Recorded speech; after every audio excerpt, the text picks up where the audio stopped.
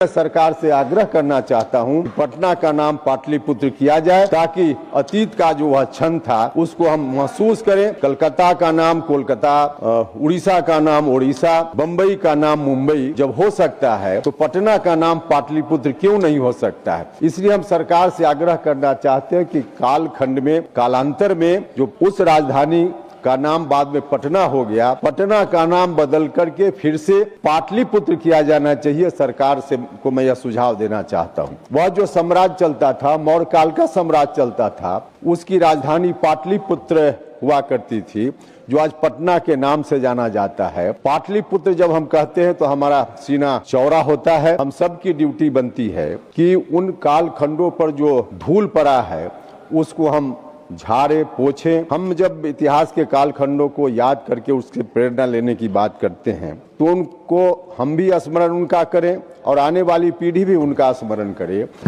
माननीय श्री उपेंद्र कुशवाहा जी, 4 मिनट।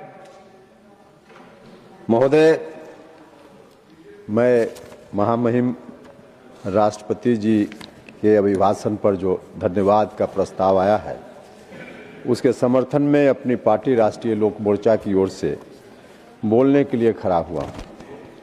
समय तो बहुत कम है, इसलिए बगैर किसी भूमिका के मैं 1-2 सुझाव, जो महत्वपूर्ण सुझाव है, सरकार के समक्ष रखना चाहता हूँ। महोदय, महामहिम ने अपने भाषण में इन शब्दों को, इन पंक्तियों को उद्धृत किया है। उन्होंने कहा, अतीत के क्षणों को याद करते हुए जब देशवासी अतीत के ऐसे महान पड़ावों और अपने पूर्वजों के महान योगदान को याद करते हैं तो नई पीढ़ी को प्रेरणा मिलती है। ये प्रेरणा विकसित भारत की ओर हमारी यात्रा को गति देती है। महोदय, महामहिम ने इन पंक्तियों के माध्यम से हमें संदेश दिया है।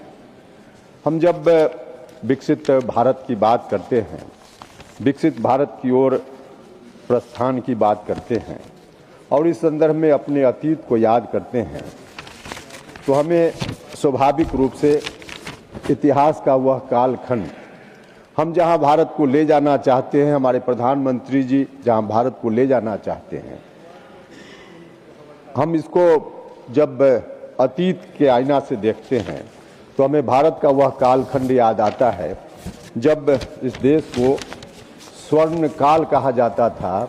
वह कालखंड स्वर्ण काल के नाम से जाना जाता था। सोने की चिड़िया इस देश को कहा जाता था।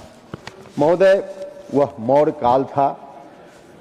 उस वक्त जो हमारे देश की सीमा थी, अब तक सबसे बड़ी सीमा मौर्य काल के समय के साम्राज्य में हमारे देश की थी। तब बांग्लादेश, भूटान, अफगानिस्तान, नेपाल सब भारत की सीमा में हुआ करता था। महोदय, उस समय जो प्रतीक चिन्ह अतीत के रूप में हमारे सामने है, हम जब इतिहास के कालखंडों को याद करके उससे प्रेरणा लेने की बात करते हैं तो उनको हम भी स्मरण उनका करें और आने वाली पीढ़ी भी उनका स्मरण करे। इसके लिए हमारी ड्यूटी बनती है, हम सबकी ड्यूटी बनती है कि उन कालखंडों पर जो धूल पड़ा है उसको हम झाड़े पोछें, उसको साफ करें, उसको जीवंत बनाने का काम करें। और इस दृष्टि से वह जो साम्राज्य चलता था, मौर्य काल का साम्राज्य चलता था, उसकी राजधानी पाटलिपुत्र हुआ करती थी, जो आज पटना के नाम से जाना जाता है। पाटलिपुत्र जब हम कहते हैं तो हमारा सीना चौड़ा होता है, हम गर्व महसूस करते हैं, हम प्राउड महसूस करते हैं।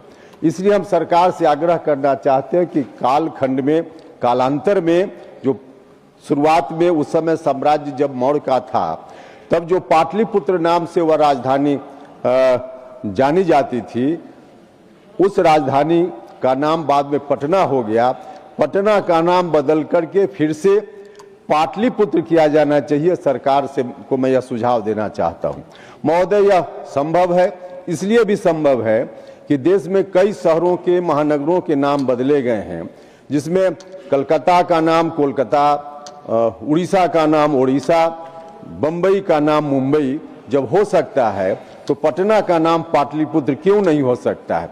इसलिए मैं सरकार से आग्रह करना चाहता हूं कि पटना का नाम पाटलिपुत्र किया जाए, ताकि अतीत का जो वह क्षण था उसको हम महसूस करें और उसको महसूस करते हुए हम नए भारत के निर्माण की ओर प्रस्थान करें। तो यह मैं सरकार से सुझाव देना चाहता हूं। महोदय, और भी कुछ कहना चाहता था, लेकिन समय आप घंटी बजाने वाले हैं, इसलिए पहले ही मैं आपका बहुत बहुत धन्यवाद करता हूं। आपने समय दिया बोलने के लिए, और फिर से राष्ट्रपति जी के अभिभाषण के समर्थन में जो प्रस्ताव आया है उसका मैं अपनी पार्टी की ओर से समर्थन करता हूं। बहुत बहुत धन्यवाद। धन्यवाद माननीय उपेंद्र।